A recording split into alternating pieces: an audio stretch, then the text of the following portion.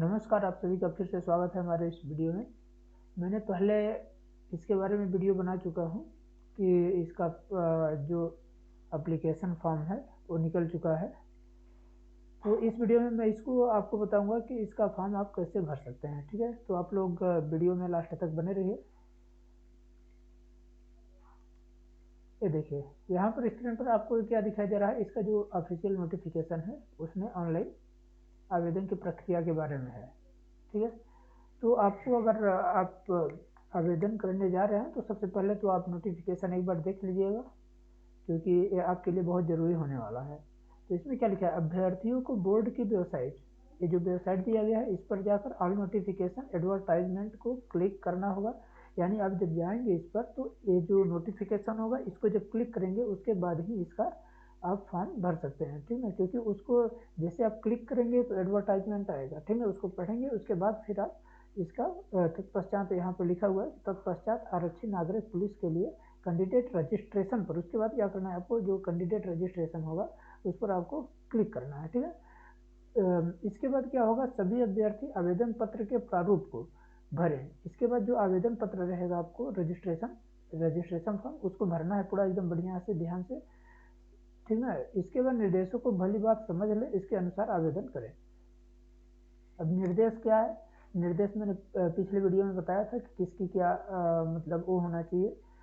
आपके लिए एलिजिबिलिटी क्या है, आप की हाइट क्या होती है, मतलब क्या क्या उसमें हर चीज़ बताया गया है। तो आप लोग उसको देख लीजिएगा, और अगर नहीं समझ में आता तो आप लोग कमेंट कीजिएगा तो फिर उसको बता दिया जाएगा। सभी अभ्यर्थी आवेदन पत्र के प्रारूप को भरे जाने हेतु निर्देशों को भली बात समझ ले, इसके अनुसार आवेदन करें। इसके बाद अभ्यर्थी को आवेदन शुल्क, देखिए आप जब रजिस्ट्रेशन करेंगे उसके बाद ही आपको क्या करना होगा, आवेदन शुल्क का भुगतान ऑनलाइन डेबिट कार्ड के माध्यम से या यूपीआई के माध्यम से आपको करना होगा। यानी पूरा आपका कंप्लीट होने के बाद जैसे होता है, लेकिन इसमें क्या है कि इसमें आपको जो आप रजिस्ट्रेशन करेंगे उसके बाद आपको क्या करना होगा, पेमेंट के भुगतान करना होगा। देखिए इसमें विकल्प एक, ऑनलाइन शुल्क भुगतान, इसका आप कैसे कर सकते हैं, आवेदन में भरे गए विवरण सही होना चाहिए। अभ्यर्थी यह सुनिश्चित करने के बाद स्क्रीन पर उपलब्ध अनुदेशों के अनुसार स्क्रीन पर मांगी जा रही जानकारी देते हुए डेटा सबमिट करें और debit card, credit card, internet banking, UPI का उपयोग करके आवेदन शुल्क का भुगतान करें। ऑनलाइन व्यय अगर कोई भी है तो अभ्यर्थी द्वारा वहन किया जाएगा। ठीक है, जैसे मतलब मान लीजिए अगर 400 रुपये इसकी फीस है तो अब उसके बाद क्या होता है कि आप जहाँ से जैसे यूपीआई से करेंगे तो 0 रुपये उसका रहता है चार्ज, और किसी से अगर क्रेडिट कार्ड डेबिट कार्ड से करते हैं तो उसमें कुछ चार्ज लगता है। ठीक है, तो आप लोग को इसका स्वयं वहन करना पड़ेगा। इसके बाद ऑनलाइन शुल्क के सफलतापूर्वक जमा होने के बाद अभ्यर्थी का आवेदन पत्र प्रिंट करते ही सबमिट हो जाएगा। जैसे आप प्रिंट करेंगे तो आपका सबमिट होगा। ठीक है, यदि अभ्यर्थी अंतिम रूप से सबमिट नहीं करता तो अंतिम तिथि को आवेदन पत्र स्वतः ही सबमिट हो जाएगा। जैसे मान लीजिए आप पूरा कंप्लीट कर लिए और आप सबमिट करना भूल गए या किसी वजह से आप सबमिट नहीं कर पाए, पेमेंट कर दिए हैं, तो आपका मतलब अंतिम डेट को वही सेम जो रहेगा आपका आवेदन वो सबमिट हो जाएगा। अब देखिए इसमें क्या है, शुल्क जमा करने की अंतिम तिथि तक अभ्यर्थी द्वारा शुल्क जमा करने की दिशा में ही उसका आवेदन स्वीकार किया जाएगा। यदि निर्धारित अंतिम तिथि के बाद शुल्क जमा किया जाता है तो अभ्यर्थी का आवेदन स्वीकार नहीं होगा। ठीक ना, अगर जो टाइम दिया गया है उस टाइम के अंदर अगर आप नहीं जमा करते तो आपका आवेदन स्वीकार नहीं किया जाएगा। जमा शुल्क किसी दशा में किसी अभ्यर्थी को वापस नहीं किया जाएगा।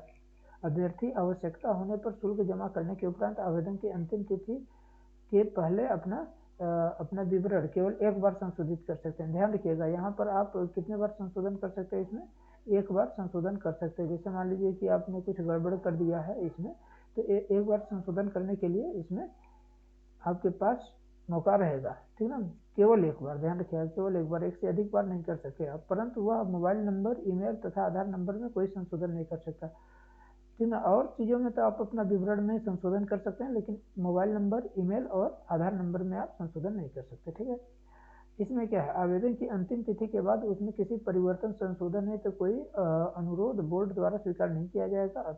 अतः अभ्यर्थी इस प्रयोजन है तो बोर्ड से कोई पत्राचार न करें। ठीक है, इसमें डायरेक्ट दिया गया है। अब इसमें सब कुछ बताया जा रहा है कि आपका फोटोग्राफ कैसे होना चाहिए। जो आपका डॉक्यूमेंट है वो डिजिलॉकर के हैं तो डिजिलॉकर के माध्यम से भी अपलोड कर सकते हैं, अगर नहीं है तो आप क्या करेंगे, उसको स्कैन करके अपलोड करेंगे, ठीक है। फोटो और हस्ताक्षर के लिए क्या है, फोटो आपका रंगीन होना चाहिए। रंगीन फोटो आवेदन के लिए निर्धारित आकार इसका जो दिया गया है 20 KB और अधिकतम क्या है 50 के बीच का होना चाहिए। हस्ताक्षर 5 KB से 20 KB के बीच का होना चाहिए, ठीक है। और इसको स्कैन करके आपको उसमें अपलोड करना है। फोटो आपका कैसा होना चाहिए, रंगीन फोटो होना चाहिए, ठीक है। अब इसमें इसके बाद क्या दिया गया है कि फोटोग्राफ किस अनुरूप का होना चाहिए। फोटो में स्पष्ट छवि आपकी दिखनी चाहिए, अत्यधिक चमक नहीं होनी चाहिए। नामांकन के लिए 6 महीने की जो आप फोटो लगा रहे हैं वो 6 महीने के भीतर का लिया जाना चाहिए। और सफ़ेद हल्के ग्रे रंग की सादी पृष्ठभूमि आवश्यक है, यानी आपका जो बैकग्राउंड रहेगा तो वो कैसा रहे, सफ़ेद रहे, ठीक है। और जैसे ठुड्डी के शिखर तक साफ दिखता हो और तटस्थ आपको मतलब इसमें यह बताया गया है कि आपको फोटो किस कैसा आपको फोटो चाहिए, ठीक है। कैमरे पर आपको सीधी नज़र होना चाहिए, ये तो सब लोग जानते हैं। और इसमें क्या है कि दोनों कान आपके साफ दिखने चाहिए और चश्मा पहनने की स्थिति में आंखें साफ दिखनी चाहिए और ग्लास रंगीन नहीं होना चाहिए, ठीक है। इसके बाद क्या दिया है, फोटो में टोपी मफलर आदि धारण नहीं करना है, ठीक है। स्पष्ट रूप से इसमें दिया गया है। और वही आपको जो फोटो का जेपीजे और जेपीईजी फाइल में स्कैन करेंगे उसके जो आकार जो है 5 से 20 KB के बीच में होना चाहिए, ठीक है।